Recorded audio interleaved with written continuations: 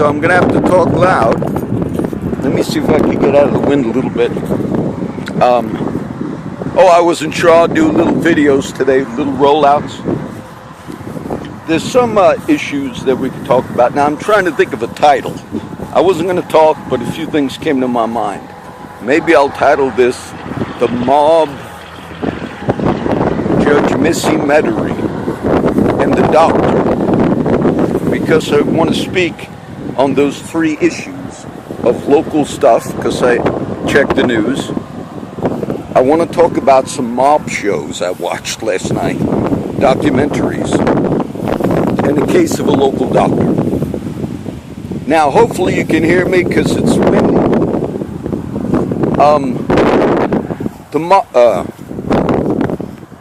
Many years ago, growing up as a boy in New Jersey,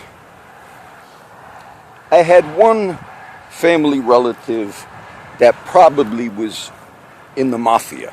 You see, John, I know the locals are thinking, good, go back to New Jersey right after you make this, they'll whack you. He was an uncle, Uncle Rudy, had the same last name as me, my father's brother. I loved my uncle. And when we were kids, growing up, my father was a firefighter, but they made a lot of money doing house painting on their days off. And they had some friends. We called one of them Junie. His name was Phil. Uncle Rudy, a couple others. And I was a kid, but look, I used to paint fairly well. You know, I hustled, and I was a good painter. And so I would work with those guys on the crew, the painting crew. And my uncle, too, which was a good painter. And my uncle used to take me and my cousin. He had one daughter by the name of Tara, who's still a friend of mine on LinkedIn. But I don't think she does any of the other social media or anything. So when we were kids, my uncle used to take us to the Ringling Brothers and Barnum and Bailey Circus in New York City, I guess at Madison Square Garden. So it was nice. But because I remember one time I asked my uncle, after I got back from the Navy, and I remember he asked me, he knew like one day when because I got in some trouble when I was in the Navy, and one day he talked to me, and he knew about some of it, and I never knew how he found out some of that. And he said, you know, you better not get involved in any more of that lifestyle. So that was interesting. He was connected. I think he just did the numbers like a bookie, and there's an Italian-American club that he'd go to. But I remember I asked him once, I said, naively, what are you doing now, Uncle Rudy? Because we used to do paint jobs and all. I said, like, where are you working? He did some union stuff, like contract at one time, like buildings. And I remember he said something to the effect of, you know, well, a regular job doesn't, you know, can't provide enough money that I need, John. So I figured, oh, okay.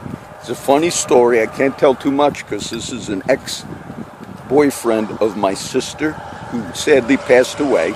And he's a friend of mine on Facebook, which is good. So I won't mention the name. But one time, and I'm laughing thinking of these mob stories that I'll get to those in a minute. I'll get to the doctor and something about the Missy Medary.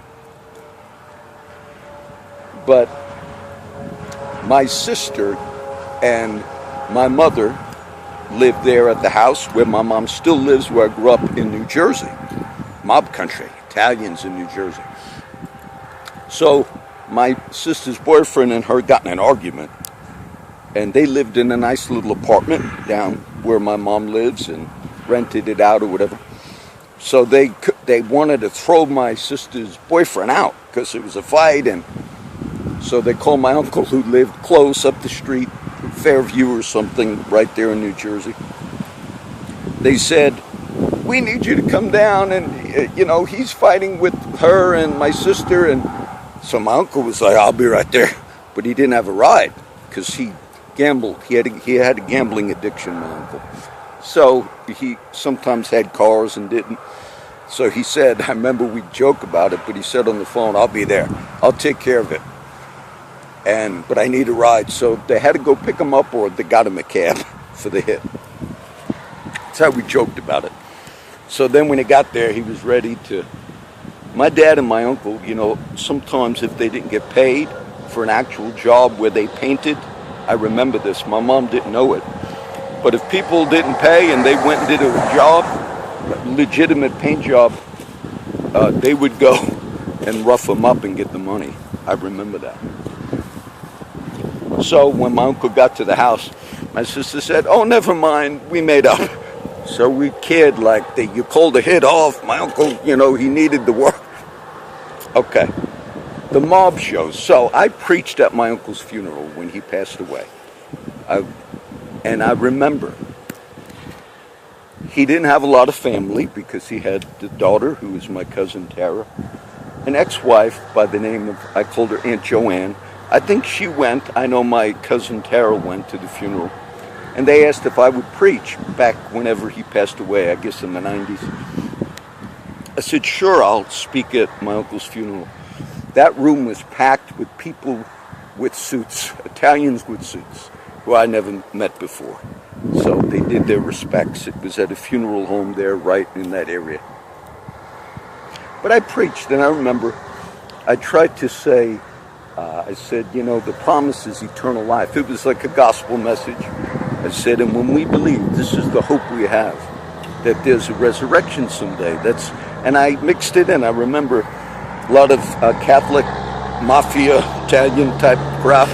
I said, and remember this, when we sit and do the communion, it's because Jesus died for us. And when you drink the wine and take the host to communion, it's remembering that he actually died for us and rose again. And that because of that, we have a promise of eternal life. I really preached the gospel. And after the funeral, one Italian kid or person, probably my age, I was in my 30s at the time, but he came up to me and he thanked me. And maybe the message kind of got through. So that's kind of a little history. Now, the 3 mob shows I watched, I just called them yesterday and watched them all. One was a mobster by the name of, or a drug dealer by the name of Frank Matthews, who I never heard of before. But in the 70s in New York, I think it was in Flatbush and Bronx and areas where I walk sometimes. But he was like one of the most prominent drug dealers in New York City and the whole East Coast. And very interesting to see how heroin, and he moved onto the block with Paul Castellano, who eventually became a godfather. And so and he didn't like the Italians, called them guineas.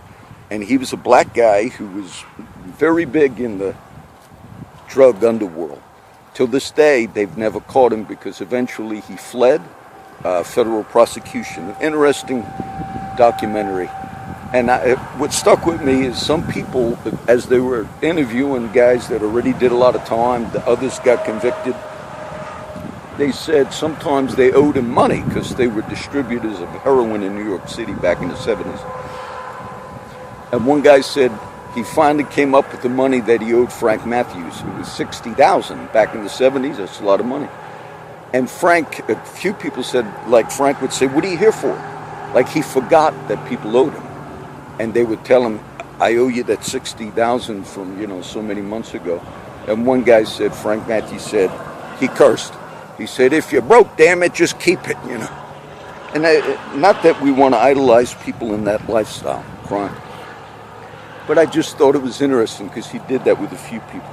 And I watched it, and you see some of the connections that FBI have undercover, and maybe they do favors for their friends. Then one I saw was an Irish guy by the name of Green. I forget the first name now. That was interesting. And he butt heads. This was not New York, and I'm forgetting which Midwestern state, but he was also known, Tom Green maybe, and he had connections with the unions and all, but there was a lot of car bombings. They were bombing each other. The Italian mob was going after this guy. He said they could get me, and eventually they blew him up in the car. But it was interesting to watch the little stories of, and his arm, it said it's graphic video, his arm was laying in the street. That's how, but there was a lot of car bombings that they were doing back then in the 70s. and people on that. And then I watched the Jimmy Hoffa, and some of those just, you see that some of the FBI people. I watched the movie of Whitey James Bulger that came out. I think it was called Black Mass. It was very interesting. Johnny Depp played Whitey Bulger, who was also another non-Italian mobster in the Boston area. Now, just to keep up with some local news while I do these, and I'm talking for 10 minutes. I didn't check the local news sites this morning, and I normally do. I check the other CNN and Fox. But I read in the paper yesterday, there's a doctor in our city. I've already put his picture up in the prayer wall where I pray for a lot of cases of people.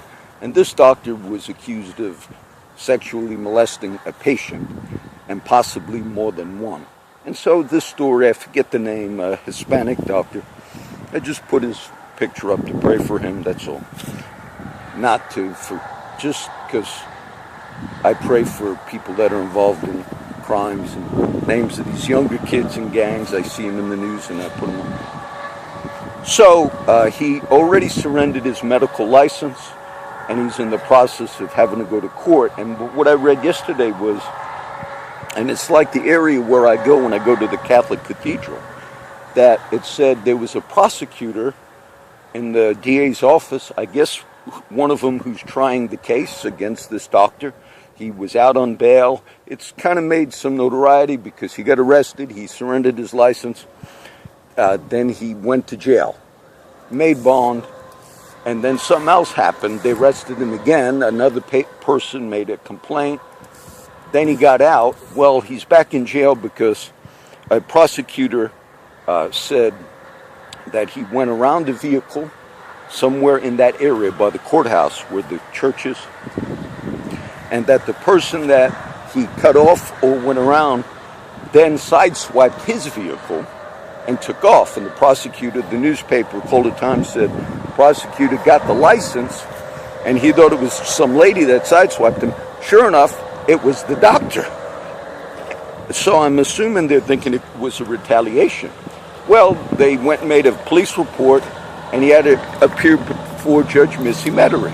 She put him back in jail. They said in the article the doctor was on prescribed medications. I guess he was blaming that on it. How he knew the vehicle that prosecutors were using and all, I mean, I don't know what prosecutors drive or any of that. But supposedly it was, according to Judge Medary, he violated probation or bail.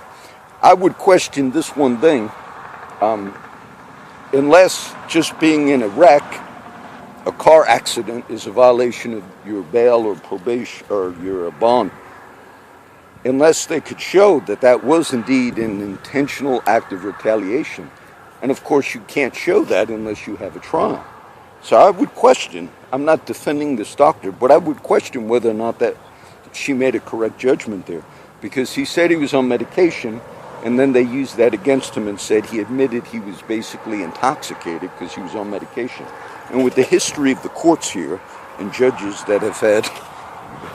So I will mention that.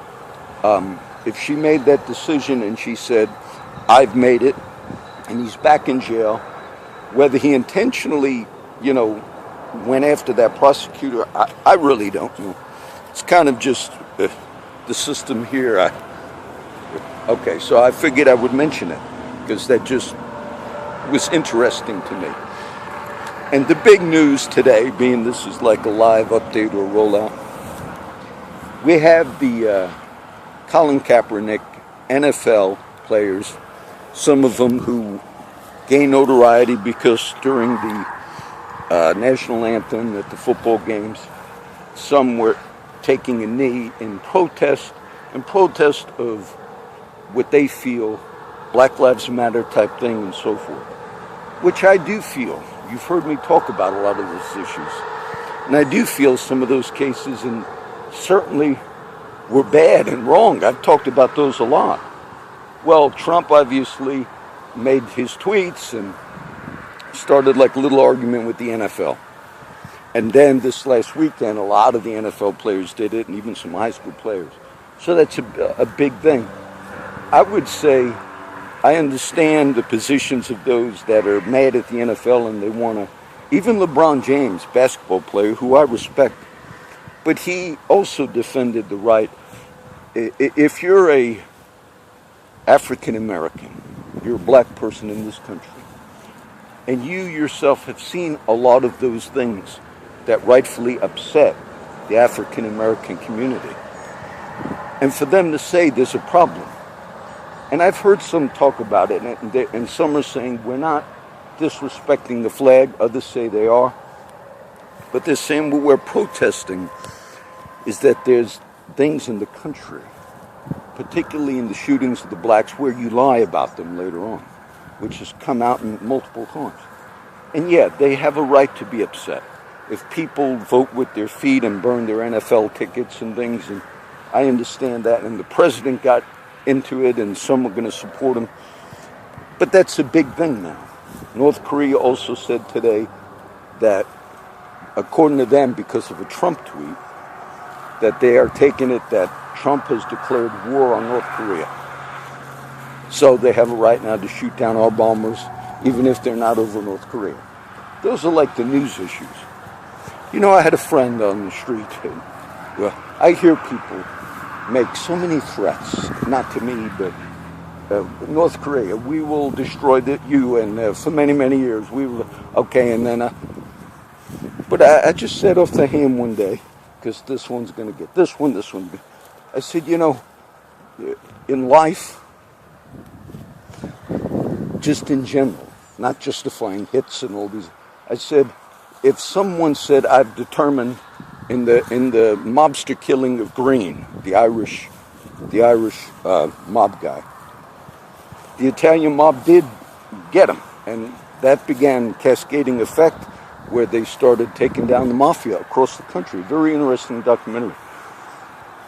But they said how, and in the Jimmy Hoffa one, whoever killed him, hit him, famous thing. But they said, you know, professional hitmen, they just do it. They don't talk about, we're going to get you and this and that. Now, I'm not recommending just do it. But they, even in the era of organized crime, some determine, okay, this is a lifestyle I'm going to pick. And you don't go around saying, oh, we're going to go whack the Irish mob guy. We're going to go, they just do it. Everybody knows they did it, and that's it. And hopefully justice is done. I'm not justifying any of that. But in the whole thing of the North Korea and other things, people are always making, we're going to do something. I'm recommending you do good things, but just do those things. If you have a talent, a gift, and you're supposed to fulfill some purpose, do it. Do the purpose. Fulfill the purpose. Okay? So we did a little update. I did want to cover those few little, I did the teaching post today, and those that want to study all that, you go and find those links and, you know, study those. All right? This is number one, and we'll see how many we'll do. God bless everybody.